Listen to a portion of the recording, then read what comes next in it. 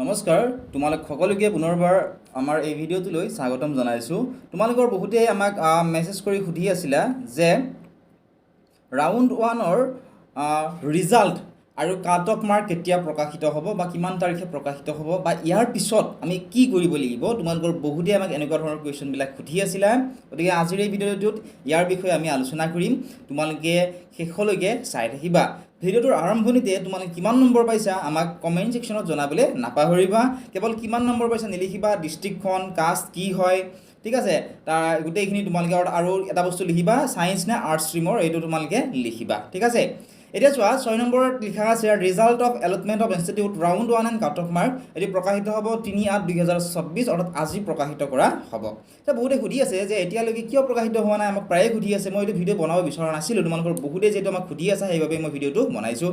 গতিকে অতি সোনকালে প্ৰকাশিত কৰা হ'ব, ঠিক আছে। তোমালোকে অলপ সময়ৰ পিছতে ৰাউণ্ড 1ৰ কিমানখিনি কাট অফ যায় বা ৰিজাল্টটো তোমালোকৰ গম পাই যাবা, ঠিক আছে। আৰু ৰিজাল্টটো ভাল হ'লে তোমালোকে আমাক জনাবলৈ নাপাহৰিবা। চোৱা ইয়াৰে পিছত কি কৰিব লাগিব। ইয়াৰে পিছত চোৱা 7 নম্বৰত লিখা আছে physical admission with document verification in the allotted institute with payment of admission fee. মই আগতে কৈছিলোঁ তোমালোকৰ যিসকলৰ চান্স আছে ছিটটো পোৱাৰ তোমালোকে পইচাটো ৰেডি কৰি ৰাখিবলৈ মই আগতেই কৈছিলোঁ, ঠিক আছে। কাৰণ চোৱা 4/8/2026 পৰা 6/8/2026 ভিতৰত এইখিনি সময়ৰ ভিতৰত কি হ'ব, physical admission with document verification. তোমালোকৰ ডকুমেণ্টখিনি ভেৰিফাই কৰা হ'ব। কাৰণ বহুতেৰ প্ৰায় 100টাৰ ভিতৰত এজন দুজনে কি কৰে, ফেক ডকুমেণ্ট দিয়ে। গতিকে ডকুমেণ্ট ভেৰিফিকেশ্যনটো কৰিবই, ঠিক আছে। তোমালোকে যদি কিবা ফেক ডকুমেণ্ট দিয়া তাত তোমালোকৰ ধুনীয়াকৈ সেইবিলাক ওলাই যাব।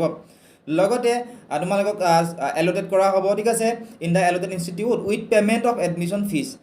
প্ৰাইভেটত বেলেগ বেলেগ হয় ফিজ ষ্ট্ৰাকচাৰ আৰু গভৰ্ণমেণ্টত বেলেগ বেলেগ হয়, ঠিক আছে। প্ৰাইভেটত কিমান হয়, গভৰ্ণমেণ্টত কিমান হয়, ফিজ ষ্ট্ৰাকচাৰটো তোমালোকে বহুতে সুধি আছিলা। মই আগতে ভিডিঅ' বনাই জনাই দিছিলোঁ।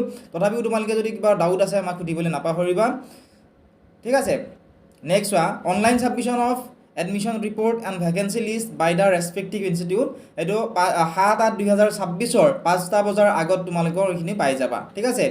নেক্সট চোৱা 9 নম্বৰত publication of vacancy list 8/8/2026। Next result of allotment of institute round 2 and cut off mark. মই আগতে তোমালোক কৈছিলোঁ কেইটা ৰাউণ্ড হ'ব, তোমালোকে বহুতে সুধি থাকা। ৰাউণ্ড 3টা হ'ব, ঠিক আছে।